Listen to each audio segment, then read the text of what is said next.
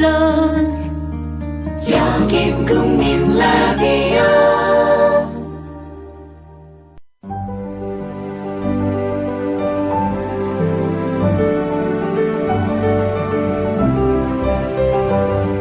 하종강의 노동학개론.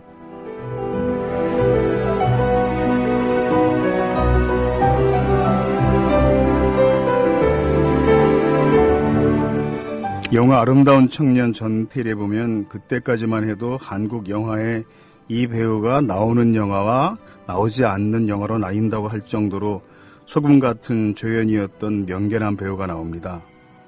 전태일의 아버지 전상수 역할을 맡아 아주 잠깐 등장했지만 굉장히 강렬한 인상을 남겼는데요. 밥상에서 태일이에게 한마디 합니다. 먼지구덩이에서 일을 하니 몸들이 성하겠니? 그런데 공장에서는 아무런 신경도 써주질 않아요. 개새끼들. 법대로 가만 그런 업주들은 모조리 잡아넣어야 되는데 노동자를 위한 노동법이라 하는 게 있는 게라. 닌 모르지? 이 한마디는 실제로 전태일의 삶의 불을 지피는 계기가 되었습니다. 전태일의 어머니 이소선은 내가 죽으면 어머니가 꼭 내 뒤를 이어서 싸워달라고 했던 아들과의 마지막 약속을 지키기 위해 평생을 싸우다 돌아가셨습니다. 지난 시간 황상기 아버님, 공유정혁 선생님과 얘기 나누면서 저는 전태일 열사와 그 부모님이 계속 떠올랐습니다. 넉넉하지 못했던 형편, 대학생이 되고 싶었지만 부모 앞에서 내색하지 않던 착한 딸, 딸의 죽음으로 거대의 기업과 맞서 싸우는 투사가 된 아버지, 그 곁에서 함께하는 지식인 운동가, 그리고 근로기준법과 노동조합. 여러 생각들이 복잡하게 떠올랐지만 결국 같은 결론으로 마무리가 되었습니다. 딸의 죽음 앞에서 한 약속을 지키기 위해 평생을 노력한 황상기 아버님 같은 분들 곁에 저도 평생을 같이 있겠다고. 저도 감히 오늘 또 하나의 약속을 드립니다. 28번째 하종강의 노동학개론 시작합니다.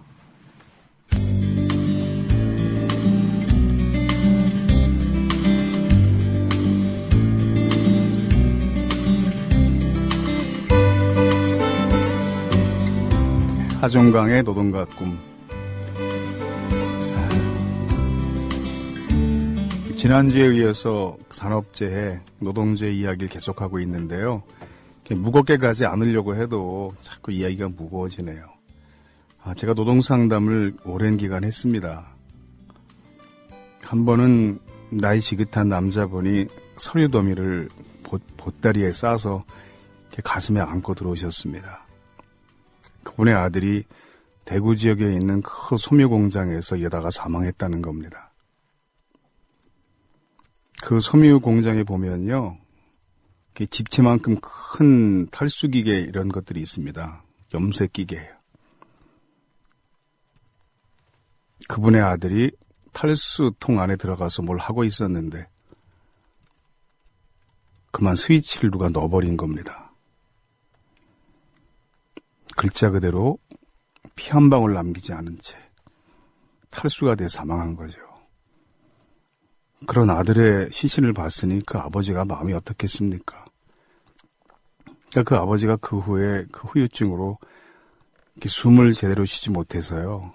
이야기할 때마다 몇 마디 하고는 숨을 몰아쉬고 몇 마디 하고 숨을 몰아쉬고 가슴팍을 손으로 짚으면서 천천히 얘기하는 그런 증상이 생겼더라고요.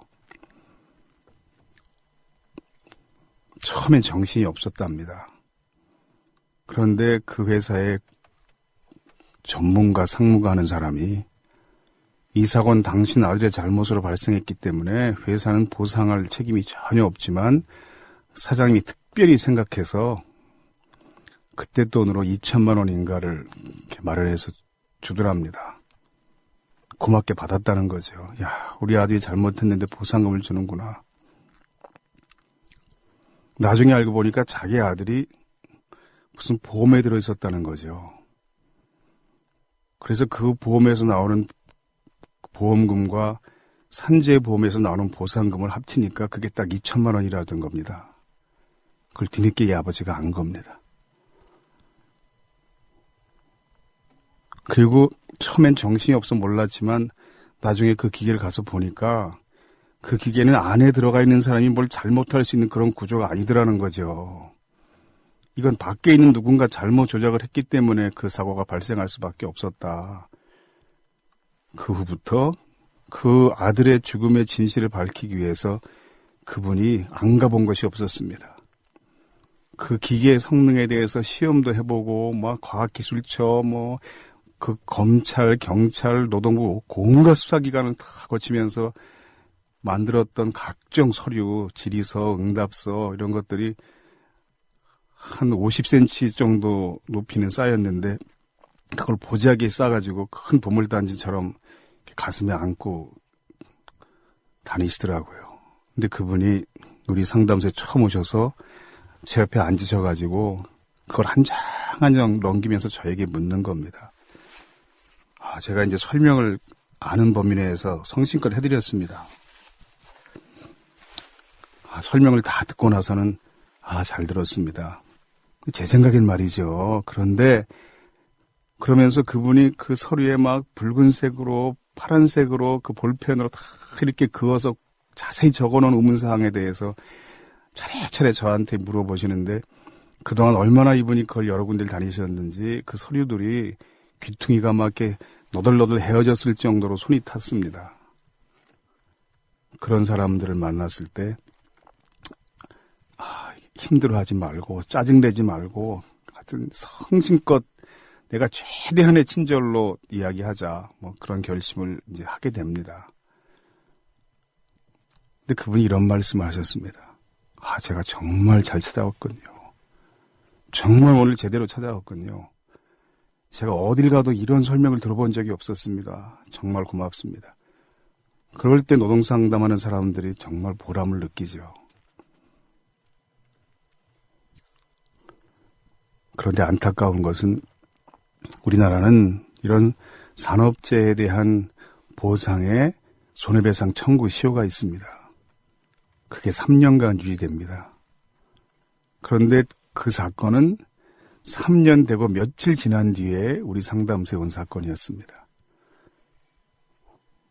그럴 때 더 이상 법적으로는 방법이 없다.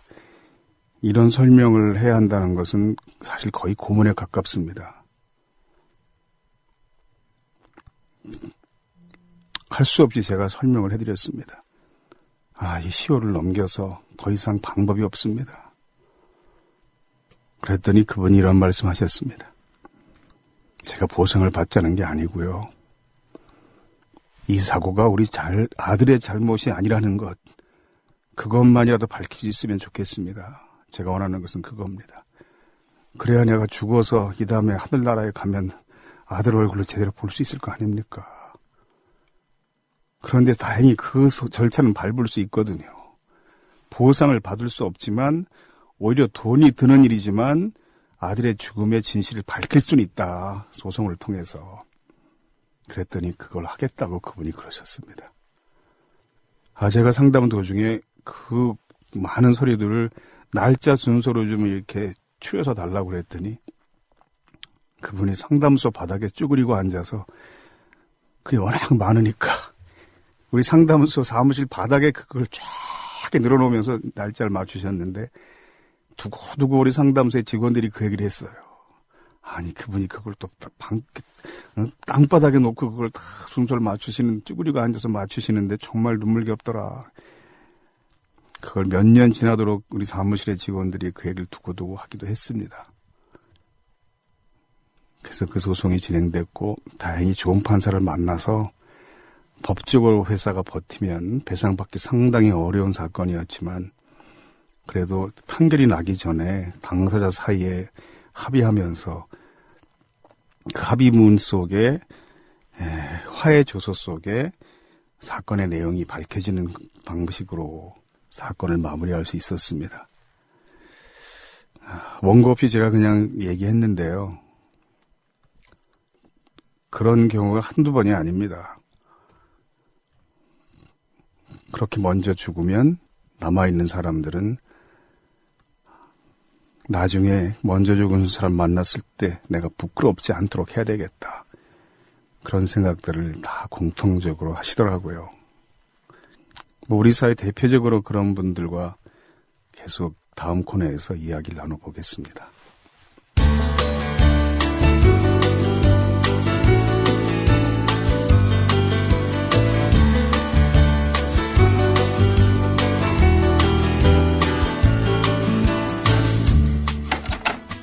실례합니다.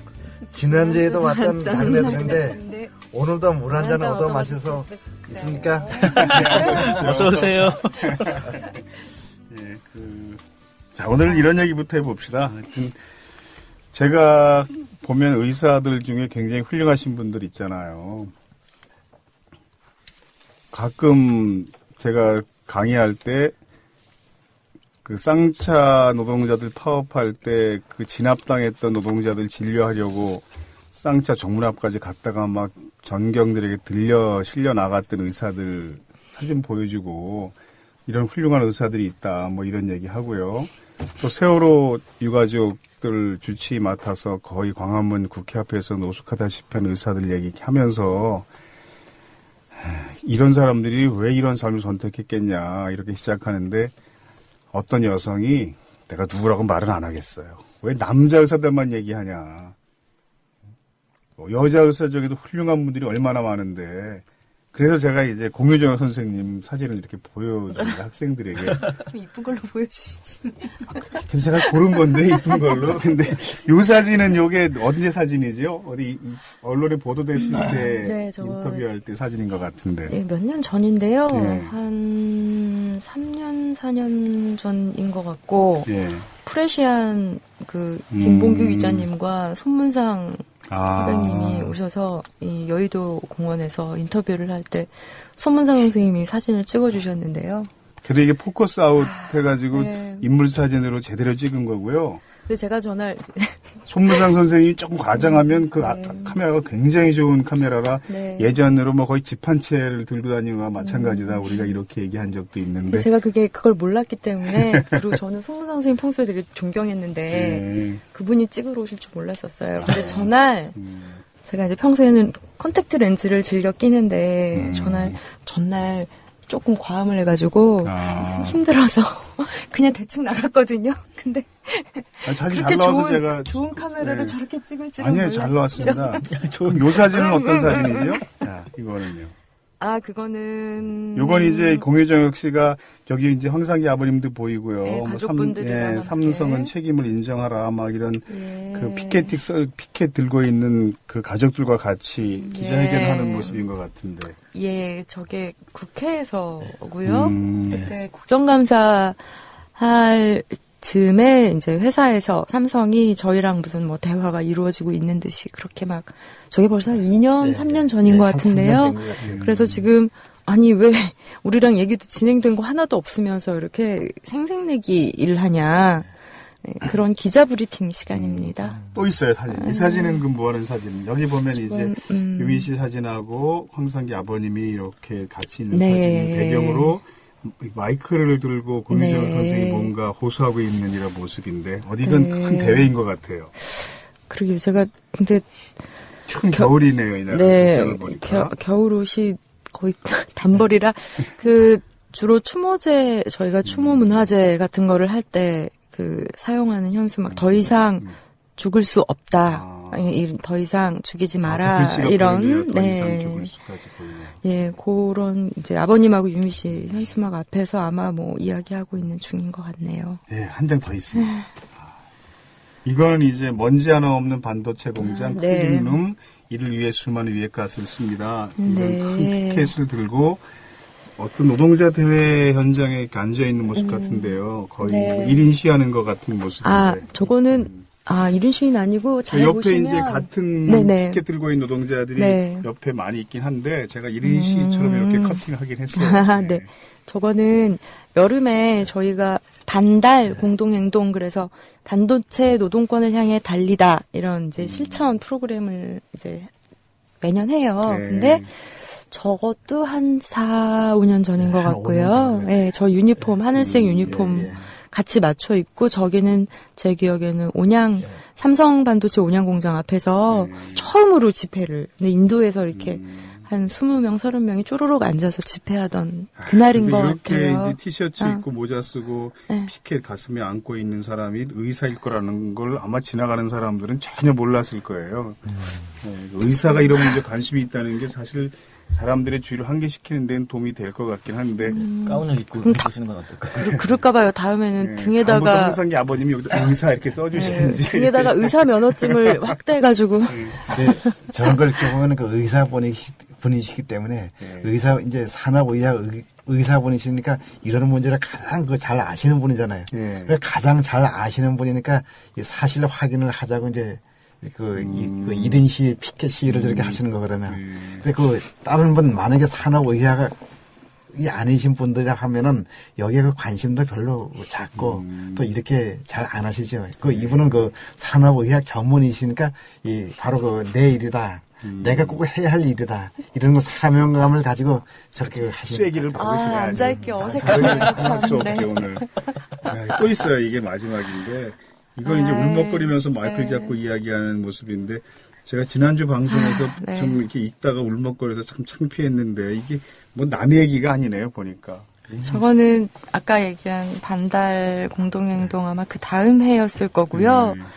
탕정 삼성 LCD 공장 앞에 갔는데 그 공장에서 일하다가 암으로 죽은 아들 영정을 안고 어머님이 오셨고 그 누이 동생이 같이 왔는데 차벽 있지 않습니까? 차벽으로 막고 그것도 모자라서 앰프를 아주 크게 틀어놓고 걸그룹들의 신나는 댄스 음악을 틀어놨는데 어머님이 오열을 하시는 거예요. 그래서 그때 저희들 그날 이제 아버님도 경비들한테 밀려가지고 넘어지시고 팔도 다치고 막 그랬는데 그래서 그날은 정말 굉장히 더운 날이었는데 그러니까 사실은 이제 막 너무 분노가 그러니까 글쎄요.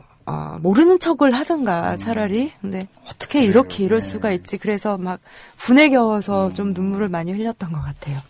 그래서 제가 이제 이런 분들이 왜 이런 삶을 선택했을까 이렇게 같이 보여주는 많은 의사들이네. 옆에 있는 사진들이 보면 강의할 때 쓰는 사진 보면서 설명했고요. 그러면 이제 오늘 방송 시작 전에 황상기 아버님이 잠깐 해주신 얘기가 있는데요. 그 얘기 의사들이 모여서 판정하는데 가보니까 심의위원들이라고 모여있는 사람들이 어떤 의사들이더라. 그 얘기 듣고 그 다음에 주호민 씨와 또 대화 계속 나누겠습니다.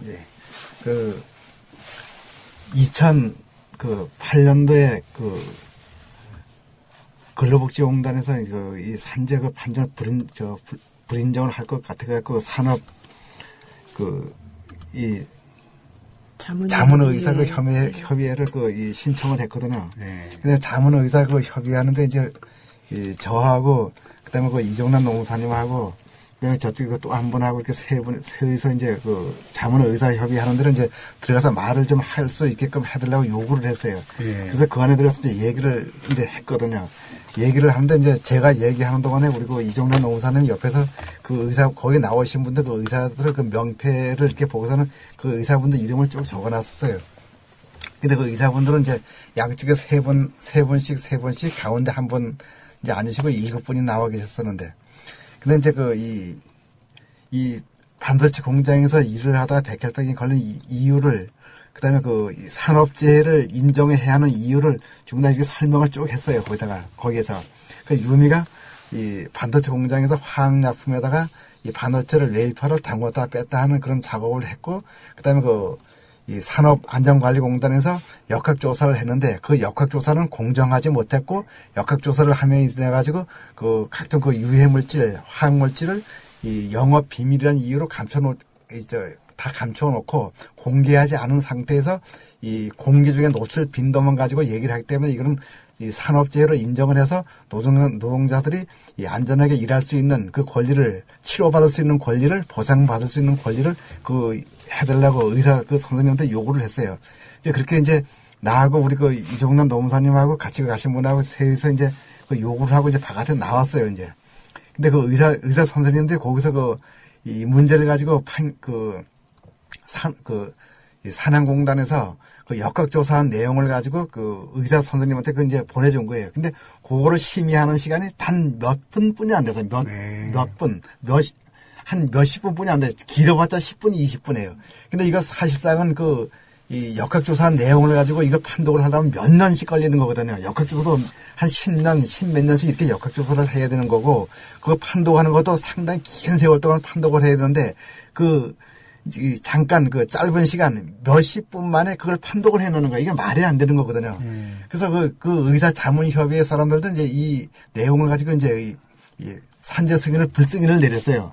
그래서 불승인을 내렸는데, 근데 의사 선생님은 그 자리에서 우리가 명단을 가져온 걸 가지고 와서 이 산업의학 이 근로복지공단에 그거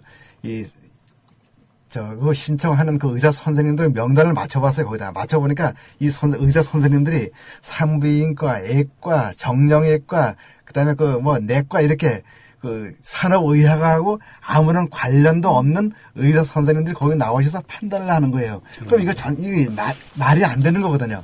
거기에 이 산업의학에서 전문적으로 배워오신 의사 선생님들이 판단해야 할 내용을 가지고 물론 그분들도 의사이긴 하지만은 이런 거에 대해서 전문적으로 안 배우신 분들이거든요. 그러면 그 의사님도 산업의학에서 모르는 거고 나도 산업의학에서 모르는 거예요. 그럼 모르는 사람이 이걸 가지고 불인정 한다는 거는 이거 말이 안 되는 근로복지공단을 한 거거든요. 그러면은 이 의학 자문협의회라는 그 명분을 거쳐서 그러니까 이 산업재해 불승인을 내기 위한 명분만 내세운 것이지 실질적으로 그분들이 심사하는 제도가 아니었기 때문에 상당히 억울해하고 상당히 분노했습니다. 그럴 때 당시에는. 병하고 일하고 관련이 있는지를 따지는 건데 병은 잘 아실지 모르지만 일에 대해서는 전혀 모르는 분들이 사실 산업의학과 의사더라도 반도체 공장에 대해 전혀 모르면 판단하기가 어려운 건데 다른 이제 임상과 선생님들은 더 할 거 아니에요. 그러니까 이게 피해자 가족들 입장에서 노동자들 입장에서는 납득이 안 되는 거죠. 전문가긴 한데 이쪽이랑 저쪽이랑 연관성을 판정한다는 건데 저쪽에 대해서는 하나도 모르는 사람들이 어떻게 연관성을 아는 거냐 이게 이해가 안 된다. 저보고 이게 어떻게 된 거냐. 저도 이해가 안 됩니다. 저는 만화책에서 얻은 지식만 가지고도 내가 정말 이 분야에 대해서 모르고 있었구나. 김수박 씨가 그린 만화책만 보고도 상당히 많은 그 반도체 공장에 대한 지식을 얻을 수 있더라고요. 그쵸. 그러니까 공정에 대해서 무지한 사람들이 그런 판단한다는 건 사실 거의 불가능한 일인데. 삼성 반도체에서 암이나 백혈병 또 다른 병들로 파악되는 숫자가 얼마나 되고 또 반올림에 제보되는 사례는 몇 건 정도 되는지 궁금합니다. 저희가 제보를 이렇게 받으면 지금은 거의 280명 정도 넘게 이제 들어왔는데 그분들이 다 삼성 반도체는 아니고요. 다른 반도체 회사들도 있고 한 200여 명 정도는 삼성 계열사예요. 그리고 그분들 중에 절대 다수가 이제 반도체와 그 다음에 이제 LCD, SDI, 테크코인 이렇게 나오는데 그 삼성 반도체 쪽 분들이 제일 많으시고요. 그건 근데 저희한테 연락을 주신 분들이고, 실제로는 얼마나 더 많이 생기고 있는지는 저희도 알 길은 없죠. 현재로서는 그래서 한 200여 명 가까이 그 반도체에서 따지면 아마 한 160, 150, 160 정도가 반도체에서만. 반도체하고 LCD만 한 170명 정도 되고요. 삼성 계열사 전체로도 한 240명쯤. 전체 반도체 노동자 수가 어느 정도 되나요? 얼마나 될까요? 저도 제가 숫자에 약해서 외우고 다니진 못하는데 몇 반도체 반도체 공장에서 일하는 그 노동자 중에서도 현장에서 일하는 사람이 있고, 사무직 현장 밖에 외부에서 일하는 사람도 있고, 또 사무실에서 일하는 사람도 있기 때문에 정확한 숫자는 우리는 파악할 수 없습니다. 근데 그거는 있어요. 90년대 막 일하셨던 분 한 분이 굉장히 소중한 제보자신데 그분 얘기를 들으면서 이제 알게 된 게요. 자기 한 공간에서 18명이 한 조로 일을 했대요. 그렇게 이제 3조가 돌아갔는데 그러니까 전체 54명 중에 자기는 18명만 알고 있는데 그 중에 9명이 그 중에 3분은 암에 걸렸고요. 네. 그 암에 걸린 분 3분을 포함해서 다른 6명은 뭐 자녀가 선천성 질병을 갖고 있거나 뭐 10년 동안 불임을 앓았거나 뭐 난소에 병이 생겨서 제거 수술을 했다거나 이런 거예요. 네. 지금 그분이 이제 40대 초반이거든요. 네. 그러니까 그러는 거죠. 18명 동료 중에 3명이나 암에 걸렸다. 30대에 다. 네. 예. 그래서 총 18명 중에 9명은 어쨌든 환자다. 그러니까 그런 걸로 좀 미뤄보면 아마 생산직 그중에서도 특히 화학물질 많이 쓰는 라인에서는 좀 피해자들이 상당히 많을 거라고 예상을 하고 있습니다. 네. 예. 제가 예전에 직업병에 대한 공부를 할 때 어떤 의사분이 그런 규정을 갖고 와서 보여주던데 선진국에서는 동일한 직업군에서 특정한 질병이 많이 발생하면 표본 집단보다 의학적 인과관계를 따지지 전에 직업병으로 인정한다. 네. 이런 네. 제도가 있다던데요. 네, 저도 그런 비슷한 류의 것들을 이제 많이 들었는데 지금 한국에서는 그러니까 그렇게 그런 거를 알고 있는 그런 그 판정의 근거가 타당하다는 걸 알고 있는 분들이 만약에 회의를 하시면 산재 인정이 되고요. 이런 거를 공부를 안 하셨거나 아니면은 그걸 타당하지 않다고 믿는 분들이 들어오시면 인정이 안 되고, 그러니까 굉장히 임의적이에요. 그러니까 이제 일관성이나 형평성이 없는 거죠. 근데 말씀하신 것처럼 실제로 조금 혐의가 있을 때 인정을 빨리 해줘야 정말 문제가 뭔지 사업주가 찾죠. 예, 자꾸 산재가 나오면 안 되니까, 그러니까 뭔가 예방하려면은 인정을 많이 해주는 쪽으로 가야 예방이 되더라고요. 근데 지금은 확정이 될 때까지, 그러니까 굉장히 많은 노동자가 죽어야 확정이 되거든요. 그러니까 많이 죽고 나면 그때 가서 인정해준다. 그러면 예방은 전혀 못하는 거예요. 네. 예, 그래서 지금 거꾸로 가고 있습니다. 그래서 우리가 선제 노동자들하고 이야기할 때 보상을 철저히 받는 것이 네. 자본가들로 하여금 예방에 힘쓰게 하는 효과가 있다. 그럼요. 그러니까 철저한 보상을 받는 것도 중요하다. 그럼요. 이런 얘기 한 기억이 납니다. 예. 그 삼성 문제로 해외 학회에 나가서 발표를 했다고 들었는데요. 부녀가 어떤 잡지에 표지 모델이 된 적도 있다고 하던데 그건 무슨 얘기죠? 어디서 공부를 많이 하고 오셨어. 조영민 작가가. 그러니까 아닙니다. 누가 써주신 것 같아요. 저는 뭐 네. 우선 황상기 아버님하고 그 유미 씨의 사진이 그 국제 직업환경 보건이라는 논문 그 저널에 표지로 실렸었고요. 그거는 거기에 그 해당되는 이 삼성반도체에 관련된 논문이 실릴 때 그때 이 편집장, 그러니까 편집위원회 편집장 그쪽에서 좀 이와 관련된 중요한 사진을 보내달라라고 해서 저희가 이런 것도 될까요? 했더니 실어주신 거예요. 표지로요? 네, 그래서 표지 사진으로 들어갔고요. 네. 이제 학회 발표는 그 우리 국내에서도 많은 그 제 동료나 선배 의사분들이 이제는 이 반도체 문제, 이 반올림 황상기 씨의 싸움 뭐 이런 거를 그냥 지켜보고 후원만 하는 게 아니라 이분이 문제를 제기했으면 그거에 귀를 기울이고 실제로 이제 학문적으로 조사를 해야 될 것들을 하는 게 우리 몫이다. 이런 생각 갖고 몇 분들이 이제 연구를 하셨어요. 그래서 1차적으로는 반도체 공장에서 암 문제, 생식 독성 문제 이런 거를 총망라한 그런 논문을 쓰셔가지고 그게 이제 그걸 발표하러 간 김에 뭐 대만에서 미국에서 또 유럽에서 이 산업에 비슷한 문제점을 가진 분들이 또 나오셔서 발표를 하셔서 정말 전 세계에서 이 반도체 전자산업의 문제를 같이 이야기하는 그런 자리가 있었습니다. 그 얘기하시는 김에 그 얘기도 좀 해주세요. 그 선생님께서 전 세계 산업의학 선생님들이 그 모인 자리에서 그 상 받은 적 있잖아요. 그런 게 있었어요? 세계 산업의학상을 받으신 그 얘기도 좀 해주시죠. 그 얘기 저도 많이, 전에 여기서 봤어요. 세계는 아니고요. 아시아? 미국 공중보건학회라는 곳에서 그 산업보건 부문에서 뭐 국제산업보건상 뭐 이렇게 해서 실은 그걸 반올림해 주겠다고 그랬었어요. 이분들이. 저희는 몰랐는데 그게 2008년인가 9년인가 꽤 전인데 2009년. 네, 이 문제가 되게 중요하다. 근데 이 중요한 문제를 제기한 반올림 훌륭하다. 네. 이렇게 해서 상을 주시려고 그랬는데 네. 그 상은 개인이 받아야 된대요. 네네. 그래서 조금 영어를 뭐 굿모닝 헬로우 이런 거 조금 더 편안하게 할 것 같다고 저한테 주겠다 그러셔서 네. 제가 그래서 덥석 받았죠. 네.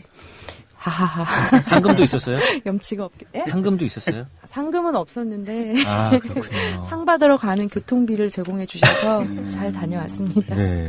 전 세계에서 그 산업의학 그 복원이된 모인 그 숲에서 그 상을 받아서 상당히 잘하신 거잖아요. 그럼 여기서 박수 한번 쳐드릴게요.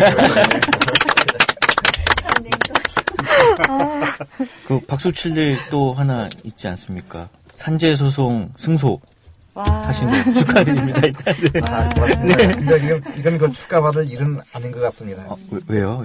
이건 그 원래 산업재해가 맞거든요. 아, 예. 예, 원래 그 복원한 거거든요. 이건 승소가 아니고 복원이에요. 네. 원래 그 산업재해인데 네. 이걸 그 정부하고 삼성에서 끝까지 이거를 그 감추고 진 누르고 네. 그렇게 아주 긴 세월을 그렇게 해온 것을 네. 그 원래 원위치로 돌려놓은 네, 거거든요. 네. 근데 원위치로 돌려놓은 것도 요거 그 두 사람만 원위치로 돌려놓았을 뿐이지 나머지 분들은 아직도 그 정부하고 삼성에서 계속 그 진 눌러서 사실 그 못 밝히게끔 네. 영업 비밀의 이유로 다 감춰놓고 있기 때문에 네. 아직까지 이거 뭐 이 복원 표현하기도 좀 부끄럽고요.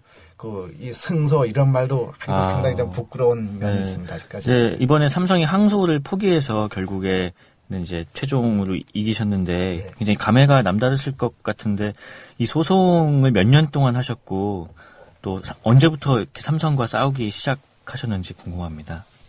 그 행정소송은 그 2010년 1월 달서부터 지금까지 계속 해옴으로 인해 갖고 약 한 4년 한 5년 가까이 이렇게 그 행정소송을 해갖고 그 행정법원은 그 2심에서 이제 1심에 이어서 2심에서도 이제 승소를 했는데요.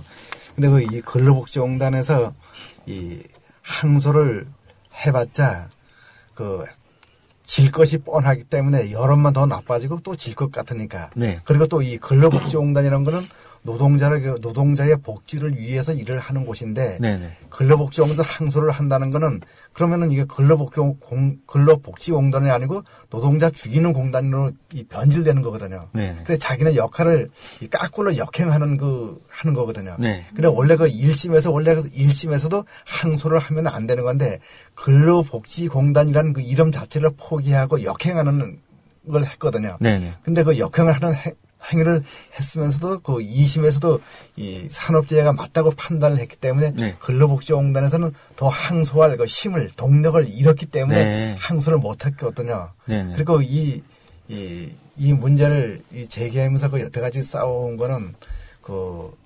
2006년 10월서부터 이제 이 문제를 제가 그 삼성하고 싸우기 시작을 했거든요. 네네.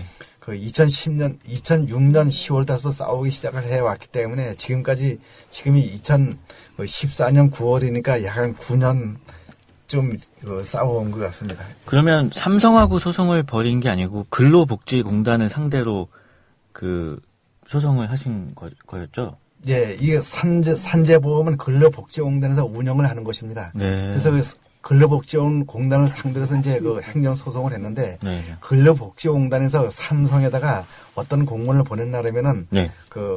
이 사건은 상당히 중요하고, 중요한 사건임으로 인해갖고, 삼성에서 이 변호사 율촌을 통해서 네. 참가 보조인으로 참가하라는 그 공문서를 보냈습니다. 참가하라고요. 네네. 그랬더니 삼성에서 율촌을 통해서 대형 로펌 율촌을 통해서 변호사 6명을 우리 그 소송에다가 소송을 참가하게 시켜서 사실은 근로복지공단에다가 행정소송을 했는데 네. 삼성하고 맞싸운 격이 됐습니다. 네네. 근로복지공단은 빠져 있고.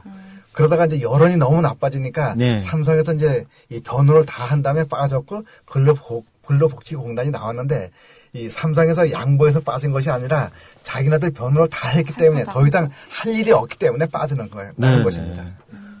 근로복지공단은 노동자들의 직업병을 이렇게 앞장서서 치료하고 보장받도록 해줘야 하는 기관인데 예. 왜 기업의 입장을 대변하는 그런 태도를 보였는지 굉장히 궁금하네요. 저는 그 근로복지공단에서 왜서 그렇게 삼성 편을 적극적으로 들었는지 그건 알 수는 없지요. 제가 보지를 않았으니까. 네. 그냥 그 애영상으로 그 사람들 말하는 편만 들었기 때문에 알 수는 없는데, 제가 그 맨 처음에 그 평택에 있는 근로복지공단에다가 산재 신청을 접수를 갔어요. 접수를 해놓고 이제 6월 1일 날 2007년 6월 1일 날 접수를 했는데, 그 2007년 6월 30일 날 신청인 그 조서를 받으러 오라 그래서 이제 거길 갔어요. 그래서 거기 가서 이제 이 허머식이라고 하는 그 차장님 앞에서 제가 진술을 받는데, 제가 이제 그 유미가 일했던 과정을 얘기를 했어요. 네.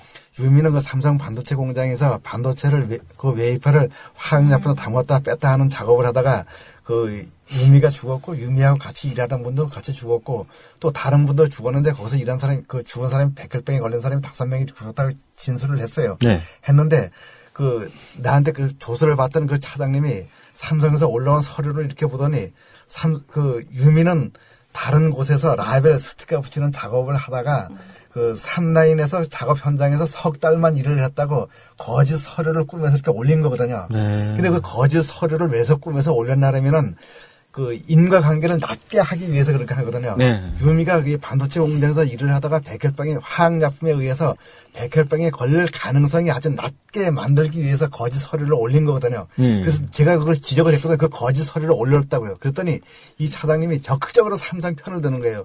아니, 이 서류를 이 책상에다 이렇게 딱 둘러맺히면서 삼성에서 사람 몇 사람 죽었다고 해서 서류를 이렇게 거짓으로 꾸며서 올릴 것 같습니까? 하면서 나한테 협박을 막 하는 거예요. 삼성을 믿는 거죠. 그러니까 삼성의 거짓 서류를 만들어서 올린 걸 가지고 그 말을 진실이라고 하고 내가 하는 말을 거짓이라고 그러는 거예요.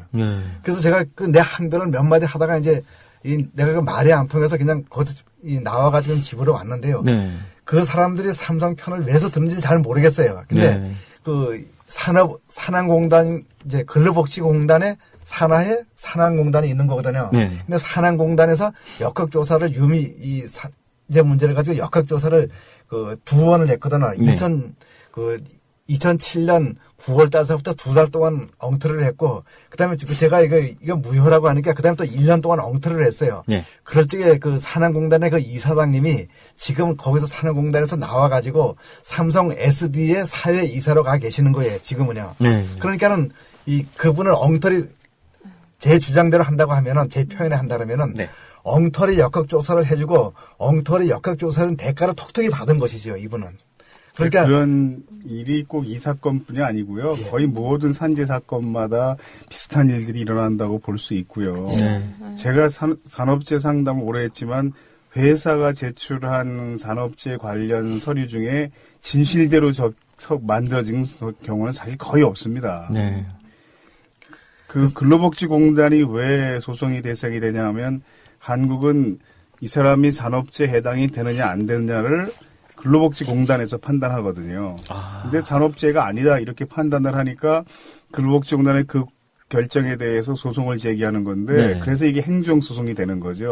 근로복지공단의 정보산하기관이기 때문에 처음에 요양 신청했다가 불승인되면 심사 청구하고 재심사 청구하고 행정소송하고 이런 과정을 거치게 되는 겁니다. 근데 근로복지공단에서 직원들을 평가할 때 경비를 적게 지출한 직원들, 적게 경비를 지출한 보상 금액을 최소한 적게 해준 지사장들, 뭐 이런 사람들에게 근무 성적을 좋게 평가하니까 어떻게든 직업병 인정되지 않도록 하고 보상은 낮게 하려고 하고 이런 폐단이 생기는 거고요. 그러니까 근로복지공단 경영에 신자유주의 경영 기법이 도입되면 당연히 이런 결과가 생길 수밖에 없는 거고요.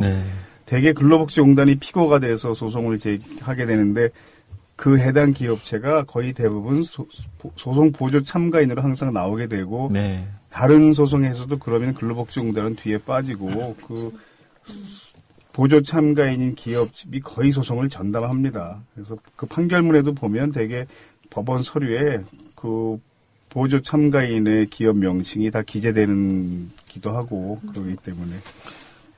일반 민사 소송과는 좀 달라요. 산재 소송은. 그래서 행정 소송입니다. 근로복지공단에서 이 삼성 반도체 공장에서 일을 하다가 이 병에 걸린 사람들은 불승인을 뇌물로 인해 가지고 삼성에다 어떤 혜택을 주냐고 하면은 이 산재 보험료로다가 엄청난 큰 혜택을 주고 있어요. 그 예를 들면 이런 거예요. 이 삼성 반도체 공장에서 일을 하다가 노동자들이 암에 걸렸다는 걸 전부 다 불승인을 내려주니까 이 산재도 인정된 게 한 개도 없으니까는 안전한 사업장이 되는 거예요. 그러니까 사업장이 안전한 사업장이니까 이 산재 보험료를 아주 낮게 측정을 해주는 거예요. 그 얼마큼 낮게 측정을 해주냐면은 그 학교에서 일하는 선생님들 산재 보험료는 그 월급의 1000분의 7을 낸다 그래요.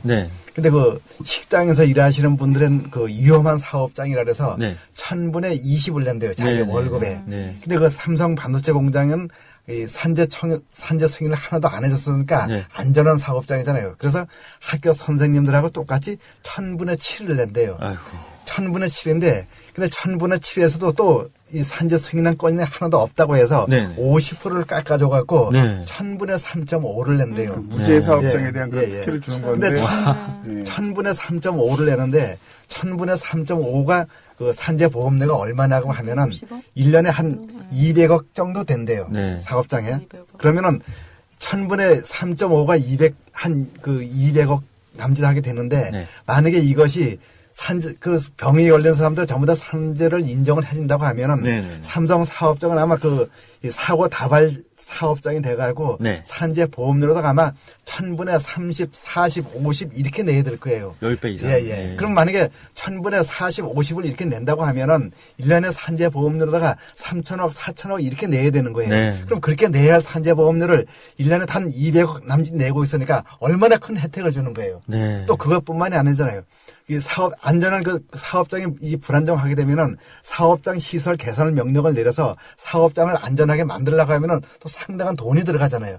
그래 그 돈, 사업장을 안전하게 관리해주는 그 돈도 절약이 되니까 또 얼마나 큰 이익이 돼요. 그 다음에 또 이 사고 다발 지역 사업장은 정부에서 또 이 벌금을 내게 할 수도 있는 거예요. 근데 그런 것도 한 개도 안 내니까 그 상당히 이 삼성 입장에서 보면 엄청나게 우리는 그 숫자가 약해서 그 숫자가 얼마인지도 모르지만은 상당히 상상할 수도 없는 큰 금액의 이 보험료로다가 이 혜택을 주고 있는 것이죠. 그러니까 지금 1000분의 20 이런 말씀을 사용하시는데 이게 총 임금에 그렇다는 뜻이거든요. 자기 월급에. 그걸 계속 노동자 월급에서 내는 게 아니라 회사가 그만큼을 낸다는 뜻이어서 산재 보험료가 1% 오르면 전 직원의 임금을 1% 인상시킨 거와 마찬가지 효과여서 굉장히 큰 부담이 되는 거죠. 그러니까 산재 다발 사업장이 돼서 보험료가 인상되면 회사는 엄청난 지출이 생기는 거고 무죄 사업장으로 선정돼서 온갖 특혜를 받으면 금전적으로도 회사는 막대한 이익을 보게 되는 거고요. 심지어는 무죄 사업장이 되면 세무조사를 면제해주는 이런 조치도 취한 적이 있었습니다. 그러니까 회사에서는 산업재해가 발생하면 계속 은폐하는 거죠.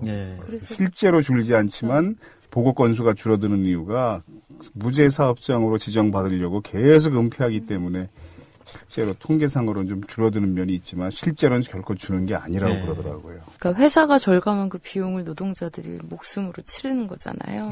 그러니까 이걸 산재로 인정을 하면 산재보험료도 올라가고 예방관리에 돈이 더 들어서 비용 부담이 느는 게 아니라 정확하게 말하면 지금은 회사가 부담해야 되는 비용을 노동자와 그 가족들이 부담하고 있는 거고요. 목숨으로. 그거를 원래 부담해야 하는 기업이 지도록 하는 게 그러니까 제자리로 복원하는 거. 아까 아버님 말씀처럼 그거를 빨리 해야 이렇게 억울하게 자기가 잘못한 것도 없는데 병들고 죽어가는 사람들이 한 명이라도 줄지 않을까 그런 생각이 들고요. 몇 천만 원, 몇억, 몇십억, 몇백억이 들어야만 사람 안 죽고 일할 수 있게 만드는 그런 공장이라면 그 돈 들여서 안 죽게 해야죠. 죽으려고 일하러 가는 사람은 없잖아요. 그 말을 살짝 좀 다른 면에서 보면은 그 일은 삼성 반도체 공장에서 일을 하다 병이 걸려서 사실은 삼성 반도체 공장에서 치료를 해주거나 아니면은 산재보험으로 치료를 해줘야 되는데 거기서 불승인을 내니까 사실은 이분들이 나와가지고 그 국민건강보험료도 치료를 하는 거거든요. 근데 국민건강보험료는 국민 전체가 다 누구나 조금씩 내서 걷어놓은 돈이잖아요. 네. 그럼 삼성에서 병 걸린 사람들은 국민이 고쳐주는 격이 되는 거거든요. 말을 다시 바꿔서 얘기하면은 국민 모두가 돈을 조금씩 모아서 삼성한테 주는 거하고 똑같은 역할을 하는 거거든요. 네. 말을 바꿔서 얘기를 하면. 그러니까 국민이 돈을 걷어서 삼성 주는 거예요. 삼성 잘 살아라고. 그 기업 살인법에 관한 이야기를 오늘 한마디도 하지 못했는데, 그 공유정 선생님한테 그 얘기를 좀 이따 들을 거고요. 판결 후에 삼성의 태도에 어떤 변화가 있나요? 그 사실상 법원에서 이거 산업재해가 맞다고 판결을 하게 되면은 그것이 확정이 됐기 때문에 삼성의 입장에서 보면은 사과해야 되는 거거든요. 네. 유미한테 화학물질로 인해서 작업장에서 유미가 병이 걸렸다 하고 이렇게 사과를 해야 되는데 아직까지 사과 한마디도 안 했거든요. 네. 그 다음에 이 작업장에서 이 백혈병이 걸렸다고 판정이 났기 때문에 사과도 해야 되고 그다음에 작업장을 재발 방지를 충실하게 해야 되는 거거든요. 근데 재발 방지는 자기네가 스스로 해갖고 재발 방지 했다고 하면 안 되는 거고 이거는 삼성의 노동조합에 있으면은 노동조합하고 협의를 해서 하면 되는 건데 삼성 사업장에 노동조합이 없기 때문에 이거는 그 협의를 할 수 없는 조건이거든요. 그래서 이 문제는 우리가 이 반올림에서 문제를 제기했기 때문에 반올림하고 협상을 해갖고 이 재발 방지 안전한 사업장을 만들어야 되는데 삼성에서는 아직까지 그 유미 판결 이후에 반올림하고 재발 방지 사과 문제에 대해서 어떠한 말도 약속한 적이 없습니다. 개별적인 보상만 하려고 지금 그러고 있는 거죠? 말로는, 그러니까 어쨌든 회사는 계속 대외적으로는 많은 피해자들에게 보상을 할 수 있도록 해보자라고 하는데 구체적인 내용을 아직 한 번도 말하지 않고 계속 그렇구나. 그 말만 하겠다라는 말만 좀 되풀이하고 있어서 답답한 상황이에요. 보상보다 다신 이런 일이 발생하지 않도록 어떤 제도적인 안정장치가 마련되는 게 상당히 중요하다. 이런 말씀을 황상기 아버님께서 해주신 거고요. 그 마지막으로 기업살인법에 대해서 우리 이번 기회에 우리 공유정 선생님께서 간단히 설명해 주시겠습니까? 예, 정말 아주 간단하게 이야기를 하자면 중대재해라고 하는, 그러니까 사람이 크게 다치거나 아니면 사망하는 그런 일이 생겼을 때, 그걸 다시 생기지 않도록 하려면 어떻게 해야 되느냐에 대한 답입니다. 아무리 노력을 해도 어쩔 수 없이 그런 큰 사망사고나 이런 건 생길 수가 있는데, 비슷한 사고가 만약에 계속 생긴다. 그러면 뭔가 조치를 취하면 막을 수 있는데 이제 조치를 취하지 않은 거잖아요. 네. 그럴 경우 사업주에게 더 엄하게 가중 처벌을 하자. 네. 그러면 사업주들이 그 처벌에 대한 부담, 그때 드는 비용 이런 게 더 크니까 차라리 예방을 할 거다라는 발상이고요. 그러니까 어쩌다가 한번 정말 자기도 하느라고 했는데 어쩔 수 없이 생긴 사고는 있을 수 있으니까 중대재해가 반복해서 생길 경우 그럴 경우에 그걸 예방하지 않은 책임을 엄하게 묻자. 그러면 그걸 통해서 기업들이 눈속임을 하거나 이러지 못하고 제대로 예방할 수 있을 거다라는 취지의 법입니다. 그래서 그걸 중대재해가 반복해서 생기면 이게 구구절절하니까 기업살인법, 즉 일부러 죽인 건 아니지만 죽을 걸 아는데도 죽도록 계속 방치를 해서 사람이 계속 죽어나간다고 하면 그건 살인이다. 네. 그걸 막자는 법입니다. 다른 나라에 유사한 법들이 있는 예들이 있죠? 예, 영국이나 다른 나라들에서는 이런 이름은 아니더라도 비슷한 취지의 법이 있어서 사실 지금 세월호 유가족들이 요구를 하는 진상규명도 이제 비슷한 취지라고 저는 생각을 하는 게 철저하게 조사를 하고 그거를 예방하는 조치를 취하도록 하고 이제 근데 그걸 안 했을 경우에 만약에 안 해서 사람이 또 죽었는데 아무 문제가 없다. 아무 처벌도 안 받는다. 그러면 기업은 안 하거든요. 목숨값이 더 싸니까. 그래서 철저히 조사하고 관리만 하는 게 아니라 안 했을 경우 처벌도 하는 그런 취지의 법들이 이제 산업안전보건에도 있고 일반적인 이제 사회적인 안전 쪽에서도 그런 가중처벌의 법들이 있다고 들었습니다. 예, 오늘 황상기 아버님께서 직업병 문제 거의 전문가가 되셔서 논문으로 정리하면 박사학위 받을 만한 수준의 지식과 경험을 갖추게 되셨는데 그 얘기 듣다가 시간이 우리 생각보다 훨씬 빨리 지났습니다. 나중에 또 한번 모셔서 이야기를 더 들어야 되겠다 이런 생각이 드는데 일단 오늘은 여기서 정리해야 되겠고요. 공유정 선생님은 서울 계시니까 우리가 다음에 또 한번 초청하도록 하겠습니다. 네. 오늘 다 같이 수고하셨습니다. 네, 고맙습니다. 고맙습니다.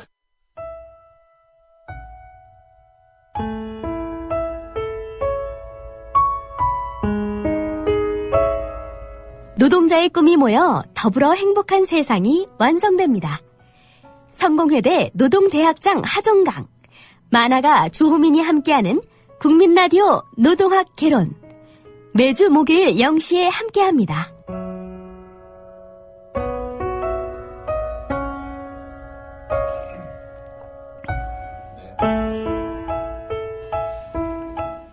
아주대병원에서 1시가 좀 넘어서 출발했나? 그렇게 영동 고속도로 원주를 지나서 횡성쯤 이렇게 왔는데 유미가 뒤에서 이렇게 있다가 아이 더워 이러는 거야. 뒤를 힐끔 보니까 땀을 이렇게 죽죽 흘리는 거야. 그래서 앞에 창문을 2cm쯤 조금 열어놨어. 바람 들어오더라고. 또 조금 오니까는 아이 추워 그러는 거야. 창문을 올렸어. 괜찮아? 그러니까 응 그래. 거기서 조금 더 가면 영동 고속도로 둔내터널 쌀이제 고개거든. 유미 엄마가 뒤를 이렇게 돌아보더니 얘가 왜 이래? 유미가 숨이 이렇게 놔져 다 넘어가. 눈을 이렇게 뒤집어 뜨면서 고속도로 옆에다 이렇게 차를 세워놨지. 유미가 마지막 숨을 막 몰아쉬는 거야. 헉헉헉 이러면서 눈이 하얗게 이렇게 돌아가더라고. 유미 엄마가 유미를 막 부르면서 유미야 유미야 손으로 눈을 이렇게 쓸어내렸어요.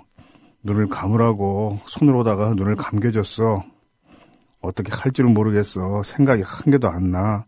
거기서 어떻게 할 수가 없어서. 그렇게 속초로 오는 거야. 어떻게 왔는지도 모르겠어. 오면서 친구들한테도 전화하고 내 동생한테도 전화하고 처제들한테도 전화하고 유미 죽었다고.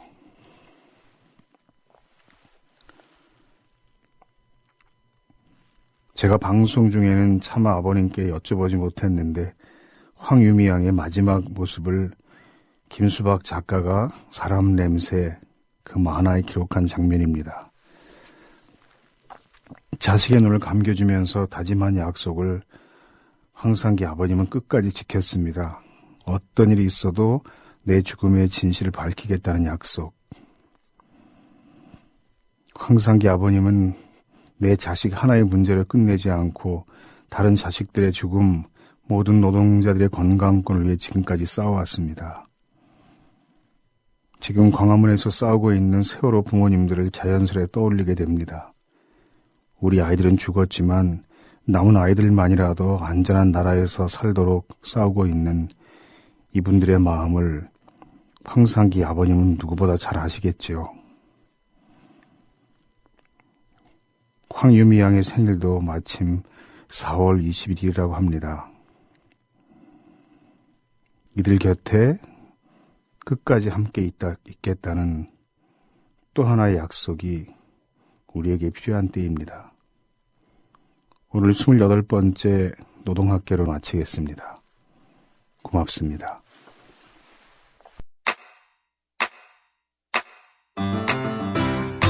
국민라디오 지지하는 4가지 방법 아시나요? 다운로드하기, 별점 주기, 댓글 달기, 구독하기. 국민라디오를 보다 많은 이들에게 전할 수 있는 가장 손쉬운 방법. 다운로드하기, 별점 주기, 댓글 달기, 구독하기. 잊지 마세요. 다운로드하기, 별점 주기, 댓글 달기, 구독하기.